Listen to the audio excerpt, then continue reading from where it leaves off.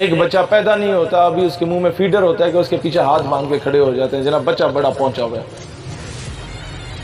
دنیا اس لیے آپ کو ٹھڈے مار رہی ہے کہ یہ ایک غلام قوم ہے اور نسل در نسل غلام قوم ہے۔ زرداری صاحب کے صاحبزادے کی بھئی اس کی کیا ابیلٹی ہے؟ کیا وہ دوڑ اچھی لگاتا ہے آپ سے؟ کیا وہ خوبصورت ہے آپ سے زیادہ؟ کیا وہ مرد ہے آپ سے زیادہ؟ اس کی ابیلٹی کیا ہے؟ چھلانگ زیادہ اچھی لگا لیتا ہے آپ سے؟ تقریر زیادہ اچھی کر لیتا ہے آپ سے؟ یا اردو زیادہ اچھی بول لیتا ہے آپ سے؟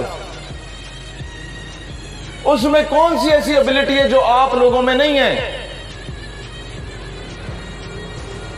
کس بیس پہ لیڈر مان رہے ہیں؟ اس بیس پہ کہ باپ صدر تھا، ماں وزیر اعظم تھی، نانا وزیر اعظم تھا تو جی یہ بھی لیڈر ہے۔ بھائی کیا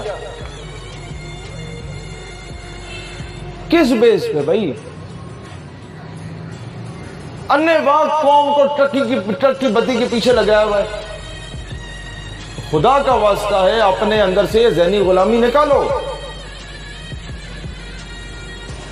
کس بیس پہ ہم لوگ محترمہ کو ایک اور پولیٹیکل پارٹی کی، میں نام نہیں لیتا کہ احترام کرتا ہوں عورت ہونے کے ناطے، لیکن کس بیس پہ کہ ایک وزیر اعظم کی بیٹی ہے تو جناب یہ بھی ہمارے قائد ہے، اور اس کا آگے جو بیٹا ہے وہ ابھی لندن سے آیا نہیں ہے کہ اس کو بھی ہیرو بنا کے پیش کر دو کہ جی جناب یہ بھی ہمارا قائد ہے۔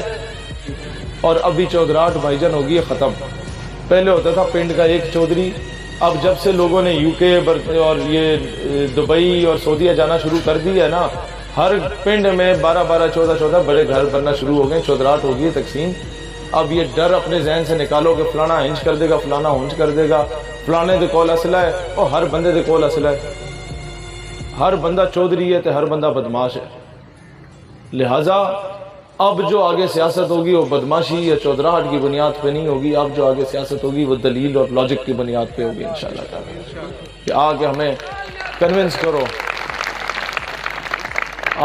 کنونس کرو کہ تم لوگوں کا لانگ مارچ ادھر اسلام آباد آ جاتا ہے، تمہارا لانگ مارچ جا کے تھر پار کر کیوں نہیں جاتا؟ وہاں تو آج بھی جو ماں ہے وہ 4 کلومیٹر پیدل چل کے گدلا پانی پی رہی ہوتی ہے، وہاں جا کے کنویں لگا دو، سندھ کو سنوار لو، پھر ادھر تشریف لے آؤ۔ تو بھائی جان ڈرامے بازی ہے، اس قوم کے ساتھ جھوٹ بولا جاتا ہے، دھوکہ کیا جاتا ہے، فراڈ کیا جاتا ہے۔ پوچھو جا کے لانگ مارچ والوں سے کہ بھائی جان اپنی کرسی کی خاطر تم لوگوں نے اور تمہارے ساتھ ان آفیسرز نے بنگلہ دیش کو توڑ کے پرے مارا تھا۔ وہ بنگلہ دیش جو پاکستان کے حقیقی بانی تھے، وہ بنگالی مسلم لیگ، آل انڈیا مسلم لیگ کے بانیوں میں سے تھے۔ وہ بنگالی محترمہ فاطمہ جناح کے ہراول دستے کے سپاہی ہوا کرتے تھے، قائد اعظم کے ہراول دستے کے سپاہی ہوا کرتے تھے۔ ڈبل سیٹیں 160 کے قریب مجیب الرحمان جیت گیا تھا، اور یہ جو ہمارا جو چند چاڑ کے یہ 80 سیٹیں جیتا تھا، اس بندے نے ادھر تم ادھر ہم کا نعرہ لگا دیا اپنے 2 ٹکے کے اقتدار کے پیچھے، اور ہم کہتے ہیں نہیں اس نے آئین دیا پاکستان کو۔ اور بھائی تم گھر میں 2 بہن بھائی رہتے ہو، میں تم دونوں کا بٹوارا کر کے تمہاری بہن کو وہ پرے مارتا ہوں، تمہیں وہ پرے مارتا ہوں، تمہارے گھر کو اچھا فرنش کر دیتا ہوں، تو تم کیا کہو گے کہ نہیں اس نے میرا گھر فرنش کر دیا؟ یہ بھول گیا ہو کہ تمہاری بہن کے ساتھ کیا ہوا۔ ختم نبوت کے لیے کسی ایک پولیٹیکل پارٹی نے نہیں کیا، پورے پاکستان نے کیا ہے۔ کوئی بھاوے نون دا ہوئے، پی ٹی آئی دا ہوئے، پیپلز پارٹی دا ہوئے، ساڈا ہوئے، کسی اور دا ہوئے، ختم نبوت کا معاملہ کسی کے باپ کی جاگیر نہیں ہے، وہ ہر مسلمان کا معاملہ ہے بھائی جان۔ اس پہ نہ سیاست کریں گے نہ کرنے دیں گے کسی کو، اس پہ پوری امت کو ایک پیج پہ لے کے آئیں گے انشاءاللہ تعالی ہم لوگ۔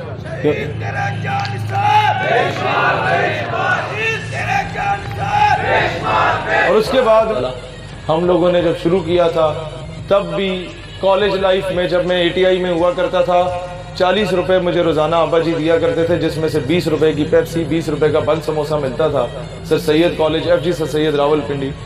تو میں وہ 20 روپے سے یا تو بن سموسہ کھا لیتا تھا یا کولڈ ڈرنک لیتا تھا، 20 روپے روزانہ کے بچاتا تھا۔ اور ہفتے کے 5 ورکنگ ڈیز ہوتے تھے جو کالج ہم جاتے تھے، 100 روپے ہمارے بچتے تھے، اور پوری کلاس یہ کام کرتی تھی کہ 10 یا 20 روپے ہر بچے نے بچانا ہوتا تھا۔